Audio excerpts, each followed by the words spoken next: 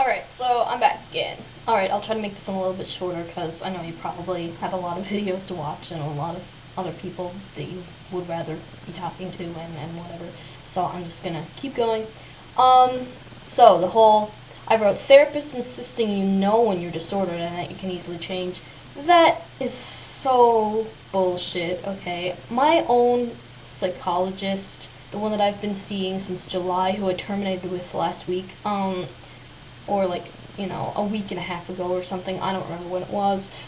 That should say something about my relationship with the psychologist anyway.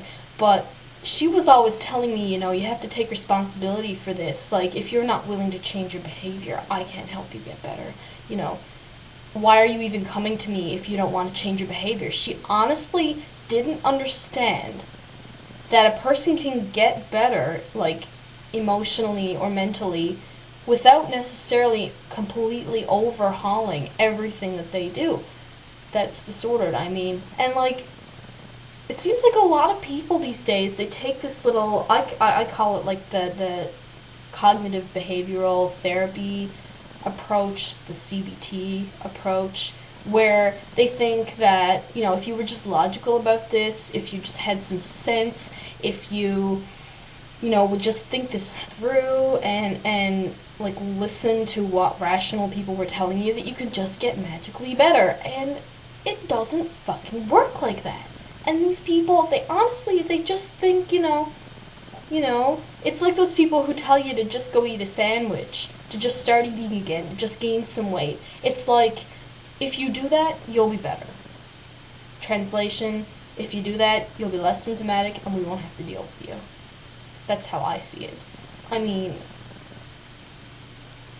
I could be completely wrong. I could be very cynical. I mean, I know I'm cynical, okay. But it seems like such complete and utter bullshit, because how do they expect weight gain to equate with complete emotional change? To equate with complete recovery, like you feel better and you feel better about yourself and you like yourself more, you like your life more, you like the things you're doing with your life more just because you gained some fucking weight. Do you honestly think it works like that? I mean, I don't. I don't know about anybody else who might be watching this reply that I'm making to you, but it doesn't work like that for me. I mean, if I was to, suddenly magically become like completely re-nutritionalized and physically 100% okay, and if I was to completely stop all my symptoms tomorrow, that wouldn't change a damn thing about the way I am mentally. And why do they think that that will happen if the symptoms are gone? I don't understand. And I don't know, I thought that was the sort of question maybe you were asking. I could be wrong. Please tell me if I am, but that's just, that's my own experience of it and my opinion, I guess. But I hate that. I don't know about you, but that really irks me. Like, when people just tell you if you eat better, you'll be better. It's not true. But, the thing you were saying about how, like, you don't get hungry or you forget to eat sort of thing, like, I do that. I mean, half the time, if I don't start feeling like complete utter shit bodily, like, other than maybe the feeling of hunger, like, if I don't start feeling really tired or lethargic, or if I don't start feeling really cold or something, it's like I don't think I need to eat. And I've never entirely been sure what has prompted that, because I never used to do that. I don't know, I think I used to have a fundamental respect for the fact that even when I don't feel like shit, I actually do have to eat to survive.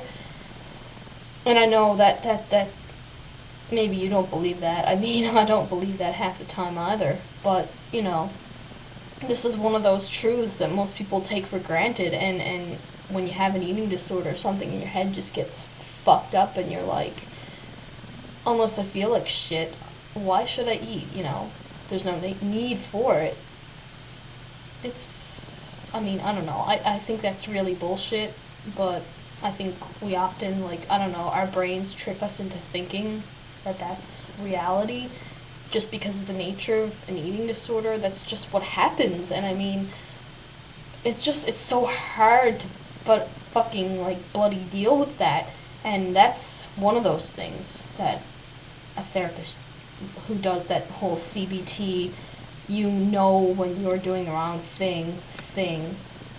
Sorry, I'm getting like a bazillion pop-ups and I'm trying to be insane. But that's one of those things that they don't realize. Is that when you have an eating disorder, when you have that disordered thought pattern, that's the kind of thing that happens to you, and it's not easy to change. I mean, it's not. If you're until a certain point, it might be sort of easy to change. Like if you're really new to the whole eating disorder thing, it could be easier to change that way. But when you're not, it becomes ingrained. And that's not something you can easily change with cognitive behavioral therapy, even though supposedly CBT works so well for everybody. You know, I have so many problems with that damn theory. Like, don't even get me started, because I can ramble all fucking day about how much I hate CBT. But, yeah, I'm just gonna move on. Water hitting my stomach, anxiety is what I have written there. Yeah, I totally know what you meant about, like, you want the water to hit your stomach, you want to be able to feel the food that goes into you, or the drink, or whatever. I do that sometimes too, so I just, wanted to say I have empathy for that. But lastly, I wanted to talk about, like, that whole thing that you're doing for that girl at Renfrew. Oh my god, there's somebody at the fucking door, it's like the Harold kid. I don't want to answer it. So, the girl at Renfrew, like, that whole thing that you're doing for her is so, like, it's so really cool and really nice, and, like, frankly, you give me faith in humanity, that people, like, there are people who actually really do care about other people, and I don't know, maybe that seems like such an innate sort of concept for you, but for me, I'm just only in the last year, maybe, am I even beginning to discover that other people might actually have an emotional center that allows them to really care for other people. I mean, I knew I had it, but I didn't honestly usually believe that other people had. And I'm learning, watching things like this, that people do. Other people do. And, I wanted to say thank you for that, because it means a lot to me to know that there are people who give a damn about other people in this world. And when I don't feel sure of that, this is the kind of thing that I like to go to, and I like to watch and reassure myself that, yeah, these people, like, they really do give a shit. So, that's my little final thing that I wanted to say to you. Thanks for doing what you do.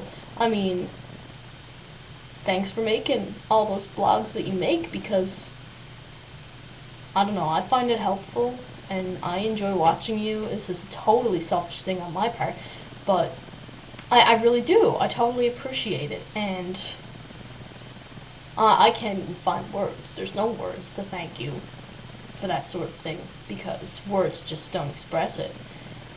Words are superficial in the end, right?